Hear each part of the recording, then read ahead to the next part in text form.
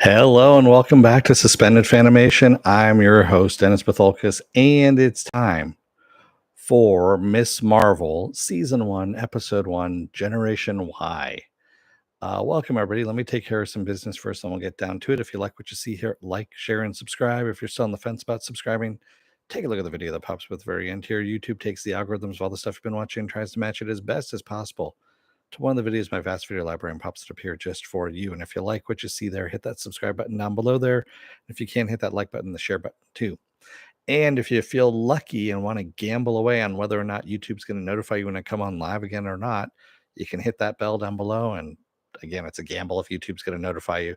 Best thing to do is go over to suspendedfanimation.com. Take a look at the schedule I have up there. I change it out every week. Also have all the links to my social media there and all the links to my pages as well. All right, with that said and out of the way, spoiler alert, I am going to spoil the episode. If you have not seen the episode, go and watch it. Come on back. This will be a video. You can comment down below in the comment section. Give you enough time to hit pause and go away or whatever you're going to do. All right.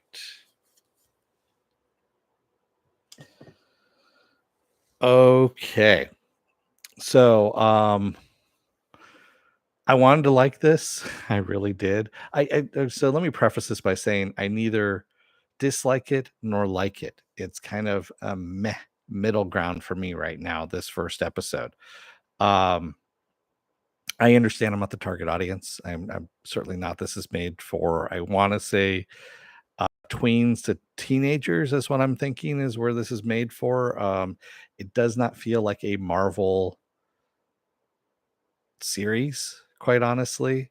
It felt like, and I was thinking back on it later on, it actually felt like one of the old Disney channels. So you remember when the Disney Channel used to be on cable back in the 90s, for those of you who were alive during the 90s? Um, and they used to have some live action scripted shows, sitcoms and stuff like that. That's what this felt like. The only thing that was missing was a laugh track. And yeah, that's what it felt like to me. So I like the character Kamala Khan in the comics. I like her in the video games that are out there and stuff like that. This one just didn't grab me. It just was there, and I know there needs to be more to it. This is just the buildup of fleshing out the character's background and what the conflicts are between fandom and uh I guess you can say culture, I guess is what it is. Someone's culture, and then how some fandoms are perceived within those cultures, I guess, is where we're going with this. Um, yeah. So, yeah. Anyway, the one other thing that kind of hit me with this is I was thinking that I know She-Hulk is supposed to be sitcom based as well. And this kind of actually has me worried now for She-Hulk. Um, just because, like I said, this did not feel like a Marvel series. It felt like a Disney Channel series.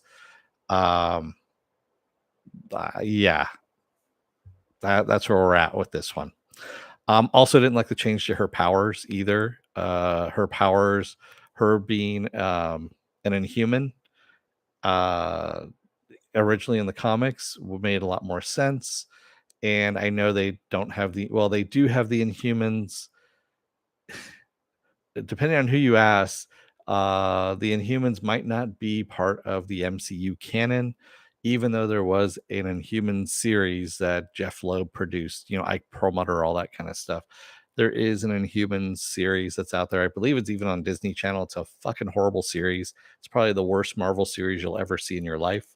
But yeah, that the Inhumans are in there. And that's actually what Kamala Khan was supposed to be tied to, but not this version. She gets a bracelet that her grandmother had sent over from Pakistan, I believe, and she puts it on, and she can, instead of stretching her stretching abilities, kind of like Mr. Fantastic, if you will. Instead, she ends up making these light constructs, I guess you can say, and that's really all I can think of. It feels more like Green Lantern than anything else, is the light constructs, but only with her hands and her feet. Yeah, it was kind of a weird thing. We only get a little bit of it, but anyway. Um, yeah, I don't know. I don't know where I'm sitting with this episode at the moment. Like I said, it neither thrilled me nor made me hate it either. It was just kind of middle of the road. Meh. Like I said, it worries me more for more future Marvel stuff of where they're going with this and where we're at with this episode. At the very end, we have some end credits kind of stuff, or I don't know how you want to. They didn't even have it as end credits. It was kind of a weird fade out. Then they kind of went to the cell phone, and then yeah. Um, who we got was Agent Cleary from Spider-Man No Way Home, the dick who ended up interrogating, Peter Parker and Aunt May, all those people. So he's with Damage Control, of course, and he ends up seeing the footage on a cell phone that someone had taken at AdventureCon, at New Jersey's AdventureCon, and sees Kamala, using her powers. And he goes, "Oh yeah, we want to bring her in," kind of thing. So now I'm like, is Damage Control, are they supposed to be the bad guys now? Is that what's going on? Okay, sure. I also find it kind of interesting that Avenger Con was being held at Camp Lehigh, which is the very first Shield base. That was where, Steve Rogers, 98-pound weakling Steve Rogers, was training and became Captain America, was there at Camp Lehigh. Also where Arlem Zola was,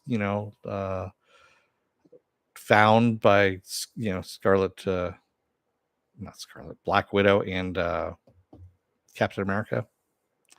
Yeah, when they were on the run, all that kind of stuff. So that was kind of weird that was actually being used. That Camp Lehigh was actually being used as the Avengers, Avenger Con setting, which you would think that would be more kind of an off limits government base or whatever. But anyway, what do I know? Yeah, I need to see more episodes of this before I can make a more of a judgment on it. But yeah, the first episode is not wowing me. I did like the little Trustabro. You can see the Trustabro van moving around in the end credits. The Statue of Liberty, though, is kind of weird. The Statue of Liberty, I thought in the 616 is supposed to be copper. This one it looks like our Statue of Liberty. So I don't know if she's going to be set in a different universe or what's going on here.